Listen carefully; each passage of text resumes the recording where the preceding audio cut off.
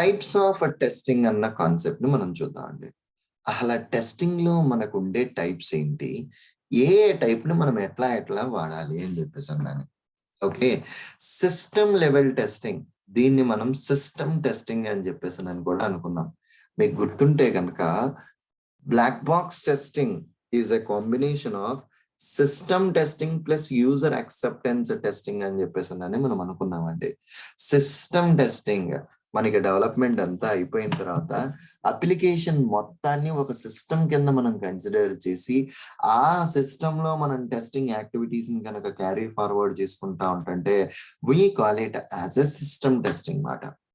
User acceptance testing అంటే anyways customer చేసేదాన్ని user acceptance testing అంటారు. ఈ టెస్టింగ్ లో మనకి ఆల్మోస్ట్ ఒక 20+ డెఫినిషన్స్ ఉన్నాయండి. రియల్ గా ఈ 20+ డెఫినేషన్స్ మనకి వాడతామా అంటే నో.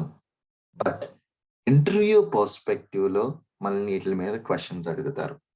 అందుకని అట్లీస్ట్ ఒక 10 to 15 డెఫినేషన్స్ మనకి తెలిస్తే ఈజీలీ మన ఇంటర్వ్యూని క్రాక్ చేయొచ్చు.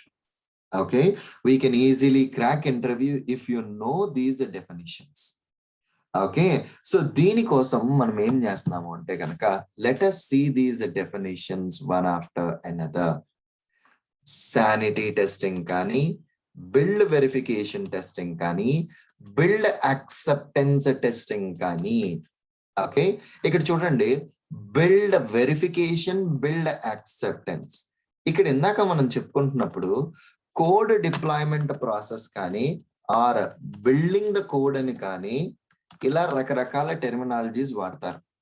దీనికి దానికి లింక్ చేసుకుంటే ఏమవుతుంది అంటే బిల్డ్ వెరిఫికేషన్, వాళ్ళు ఏదైతే కోడ్ ని బిల్డ్ చేశారో ఆ పర్టికులర్ కోడ్ కరెక్ట్ గా పనిచేస్తుందా లేదా, ఆ బిల్డ్ ని మనం యాక్సెప్ట్ చేయాలా లేదా అన్నది చెక్ చేసే దాన్ని ఎయిదర్ శానిటరీ టెస్టింగ్ కానీ, బిల్డ్ వెరిఫికేషన్ కానీ, బిల్డ్ యాక్సెప్టెన్స్ టెస్టింగ్ కానీ అంటారు. అంటే ఇప్పుడు వాళ్ళు మీకు ఏం చెప్పారు అంటే నేను లాగిన్ ఫంక్షనాలిటీకి కోడ్ ని బిల్డ్ చేసేసాను నా సైడ్ నుంచి అంటారు. మీరు వెళ్ళిన తర్వాత అసలు పేజే ఓపెన్ అవ్వట్లేదండి. మనం అప్పుడు ఏం చేస్తాం, ఆ బిల్డ్ ని రిజెక్టెడ్ అంటాం. అంటే బాబు నువ్వు ఏం బిల్డ్ చేసావు, అసలు లాగిన్ స్క్రీన్ ఓపెన్ అవ్వట్లేదు, రీబిల్డ్ చెయ్యి అని అడుగుతాం వాళ్ళని.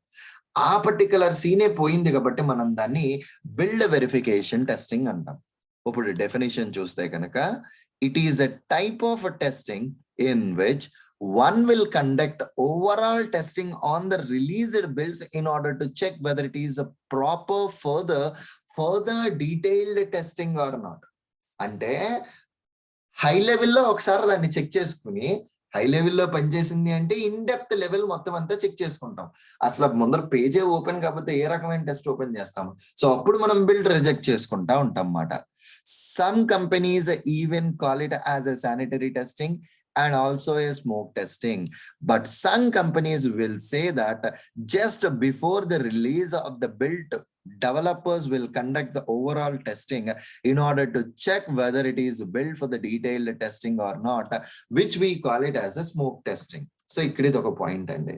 కొన్ని కంపెనీలు మీకు ఏం చెప్తారు అంటే కనుక, ఓకే, కొన్ని కంపెనీస్ మీకు ఏం చెప్తాయి అంటే స్మోక్ టెస్టింగ్ అయినా శానిటరీ టెస్టింగ్ అయినా రెండు ఒకటేనండి అని చెప్తాయండి.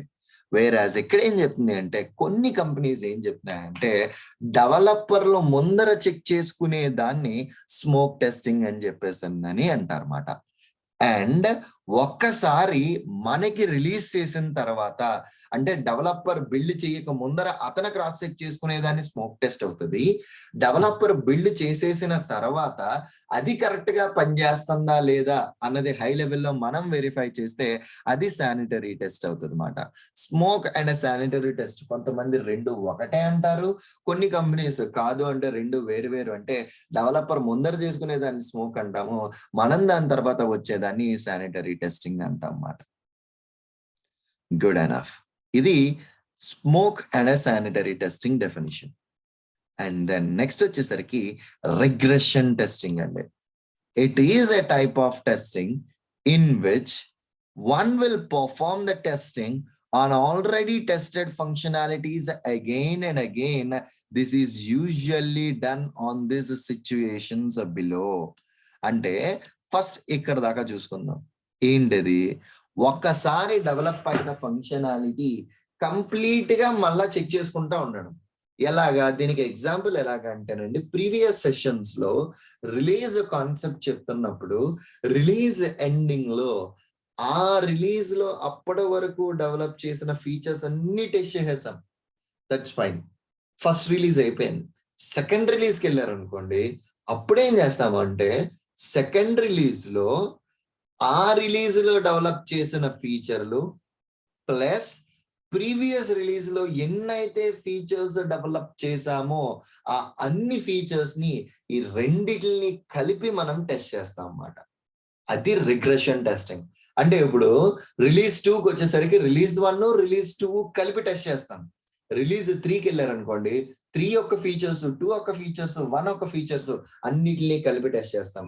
అంటే మనం కొత్త ఫంక్షనాలిటీ డెవలప్ చేస్తున్నప్పుడు కొత్త ఫంక్షనాలిటీతో పాటు అప్పటి వరకు డెవలప్ చేసిన ఎన్ని కరెక్ట్ గా పనిచేస్తున్నాయా లేదా అని చెక్ చేసే దాన్ని రిగ్రెషన్ టెస్టింగ్ అని చెప్పేసి అంటాం అన్నమాట. రియల్ వరల్డ్ లో యూజ్ చేయడానికి ఇక్కడ 2 ఎగ్జాంపుల్స్ ఇచ్చారు. సినారియో 1 ఏంది అంటే కనుక, whenever the defects are raised by the test engineer and the developer fixed those things and the next build is released to test department, then the test engineer will test the defects functionality and it related to functionality once again. So ఇప్పుడు ఏం చెప్తున్నారు అంటే, ఇది ఈ సినారియోని మనం ఇద్దరు ఇట్లాగన్నా consider చేయొచ్చు. Else నేను చెప్పిన ఎగ్జాంపుల్ ఇప్పుడు నేనంటే ఎట్లా చేసుకుంటాను అంటే, నా ప్రాజెక్ట్ లోకి వచ్చేసరికి నా definition wise regression testing release ending లోనే పెట్టుకుంటా. అండ్ ఇప్పుడు నేను సర్చ్ ఫంక్షనాలిటీలో ఒక డిఫెక్ట్ రైజ్ చేశాను అనుకో, ఏ టెస్ట్ కేస్ అయితే ఫెయిల్ అయ్యిందో ఆ టెస్ట్ కేసును మాత్రమే ఎగ్జిక్యూట్ చేస్తా. ఎందుకంటే ఎలాగో చివరాకరం రిగ్రెషన్ టెస్టింగ్ లో మొత్తం అన్ని ఫీచర్స్ మళ్ళా మనం టెస్ట్ చేస్తాం కాబట్టి ఫెయిల్ అయిన ఫీచర్ ని మాత్రమే చేస్తాం. అది ఒక ప్రాసెస్. కొంతమంది ఆర్గనైజేషన్స్ లో ఏం చేస్తారు అంటే, ఇప్పుడు సర్చ్ ఫంక్షనాలిటీలో నీకు 2 డిఫెక్ట్లు వచ్చినాయి. డిఫెక్ట్లు ఫిక్స్ అయిన తర్వాత మొత్తం సర్చ్ ఫంక్షనాలిటీకి అన్ని సినారియోస్ ని ఎగ్జిక్యూట్ చేయి. ఎందుకు అంటే డెవలపర్ ఈ 2 డిఫెక్ట్లు ఫిక్స్ చేయడం కోసం మిగతా డిఫెక్ట్లు ఏమైనా పోగొడితే, మిగతాది ఏమైనా పనిచేసేదాన్ని పోగొడితే నీకు ఇమీడియట్లీ తెలిసిపోతుంది కాబట్టి డూ దిస్ శంక అని మనకు అక్కడ చెప్తారు అన్నమాట. Got it? ఆ ఫంక్షనాలిటీ కోసం ఇక్కడ రిగ్రెషన్ టెస్టింగ్ అంటారు. బట్ రిగ్రెషన్ టెస్టింగ్ యూజువల్లీ మనం క్యారీ చేసేది రిలీజ్ ఎండింగ్ లోకే మనం చేసుకుంటాం అన్నమాట. అంటే పాత ఫంక్షనాలిటీస్ ఉన్నాయి, కొత్త ఫంక్షనాలిటీస్ యాడ్ చేశారు, కొత్త ఫంక్షనాలిటీ పాత ఫంక్షనాలిటీ రెండింటిని కలిపి రిగ్రెషన్ టెస్టింగ్ కి వెళ్తాం అన్నమాట మనం. And then scenario 2, whenever some new changes are requested by the customer, so ఆ న్యూ చేంజెస్ డెవలపర్ కనుక మన అప్లికేషన్ లో ఇన్కార్పొరేట్ చేసి దాన్ని బిల్డ్ చేస్తే ఆ న్యూ చేంజెస్ ని ప్లస్ పాత చేంజెస్ ని రెండిటిని కలిపి మనం టెస్ట్ చేస్తే కనుక దాన్ని రిగ్రెషన్ టెస్టింగ్ అంటాం. ఈ న్యూ చేంజెస్ అన్నిటిని కూడా మనం అజైల్ లో రిలీజ్ లెవెల్లోకి వెళ్తాం కాబట్టి ఇది regression testing. Every release ending లో మనం మ్యాండేటరీగా క్యారీ చేయాల్సిన యాక్టివిటీ అన్నమాట ఈ రిగ్రెషన్ టెస్టింగ్ అన్నది. ఓకే, ఇది శానిటీ టెస్టింగ్ ఏనండి. ఓకే, శానిటీ టెస్టింగ్ ఇది జస్ట్ టైపోలో అట్లా వచ్చింది మనకి ఇక్కడ. It's a sanity testing. Okay, so different terminologies ఒక్కొక్కళ్ళు ఒక్కొక్క రకంగా పిలుస్తూ ఉంటారు దాన్ని అల్టిమేట్ గా, అంతే. Okay, and then next definition వచ్చేసరికి రీటెస్టింగ్. పేరే చెప్తుంది. ఈ రీటెస్టింగ్ అంటే ఏంది అంటే, మీరు ఒక డిఫెక్ట్ రైజ్ చేశారు, డిఫెక్ట్ ఫిక్స్ అయిన తర్వాత డెవలపర్ మీకు ఫిక్స్ అయింది అంటాడు. ఏ ఫంక్షనాలిటీ అయితే పోయిందని మనం డెవలపర్కి ఇచ్చామో అదే functionality if you are reverifying it, ఆ పర్టికులర్ లాజిక్ ని మనం ఏమంటాము అంటే రీటెస్టింగ్ అని చెప్పేసి అని అంటామండి.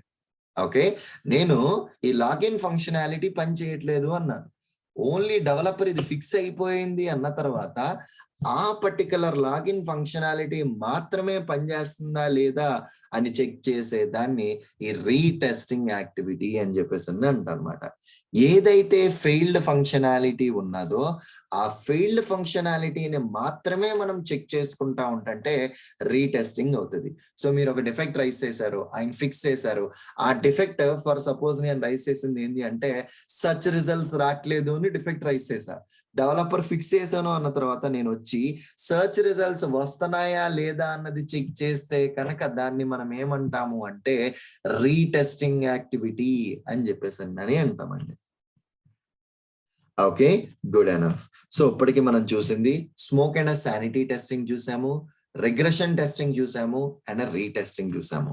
ఈ రోజుకి ఈ డెఫినేషన్స్ ఇక్కడతో ఆపుదామండి. ఎందుకు అంటే ఈ చాలా ఇంపార్టెంట్ డెఫినేషన్స్ అండ్ మనకి గుర్తుండాల్సిన డెఫినేషన్స్, ఇంటర్వ్యూలో మనం అడిగే డెఫినేషన్స్ కూడా వీటిని అడుగుతారు కాబట్టి జస్ట్ ఇక్కడతో మనం సెషన్ ఆపుకుని నెక్స్ట్ సెషన్ లో మిగతా